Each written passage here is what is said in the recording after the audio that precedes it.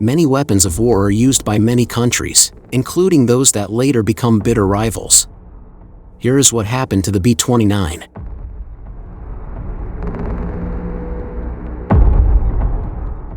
Few aircraft have as great a mark on history as the B-29, the pencil-shaped American four-engine bomber that dropped the atomic bombs over Hiroshima and Nagasaki. What's less well known is that the Soviet Union had its own B-29, as in, literally the same airplane, in all but a few respects. And like its American counterpart, this duplicate B-29 would deliver the Soviet Union's first airdropped nuclear weapon.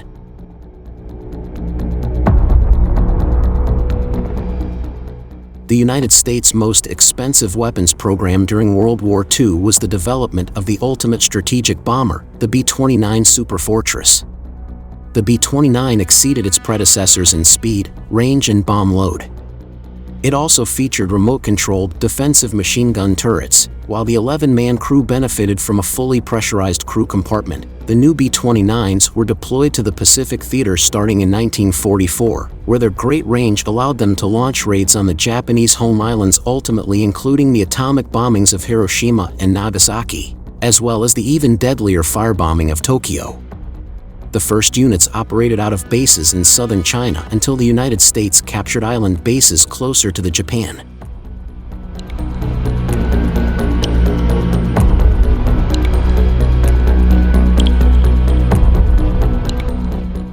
At the time, the Soviet Union was receiving aircraft from the United States through the Lend-Lease program, so Moscow twice requested that the United States send over B-29s. Washington declined. However, between July and November 1944, the B-29's Ramp Tramp, Ding Hao, and General H. Arnold Special operating out of China were forced to land in Vladivostok due to battle damage or equipment failures while embarking on raids against targets in Manchuria and Japan. A fourth B-29 crashed and was recovered.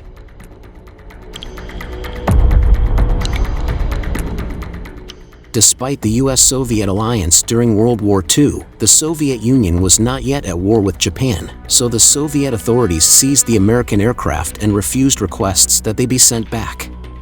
The crews were also interned for months before being released into neutral Iran.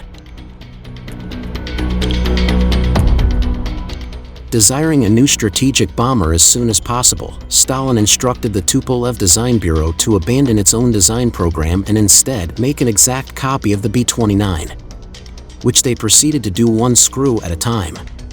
One of the captured B-29s was completely dismantled in the process, while the other two were used for reference purposes and flight training.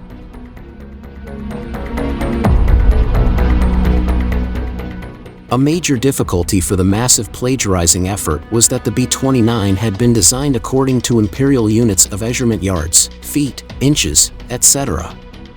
While the Soviet Union used the metric system, not only were extensive conversions necessary, but new gauges of sheet aluminum needed to be produced, as well as many other entirely new components devised from scratch.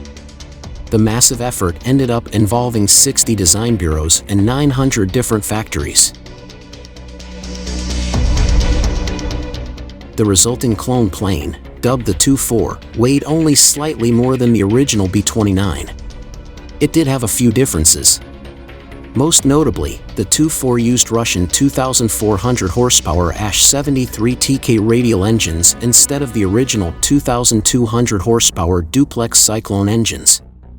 Additionally, the B-29's .50 caliber machine guns were replaced with much heavier 23mm cannons.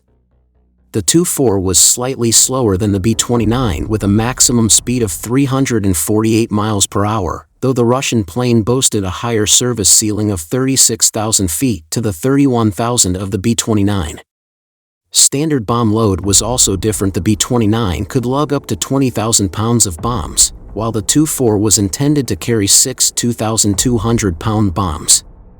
Most notably, the Tu-4 lacked the range of later model B-29s, and was limited to an effective round-trip range of 900 miles when carrying a significant bomb load. With the entry of the Soviet Union in the war against Japan, Stalin eventually returned one of the lost B-29s in 1945.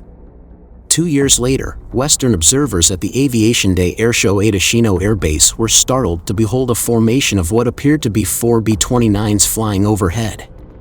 NATO codenamed the aircraft the Bull and had to hastily plan an air defense strategy against the new strategic bomber threat.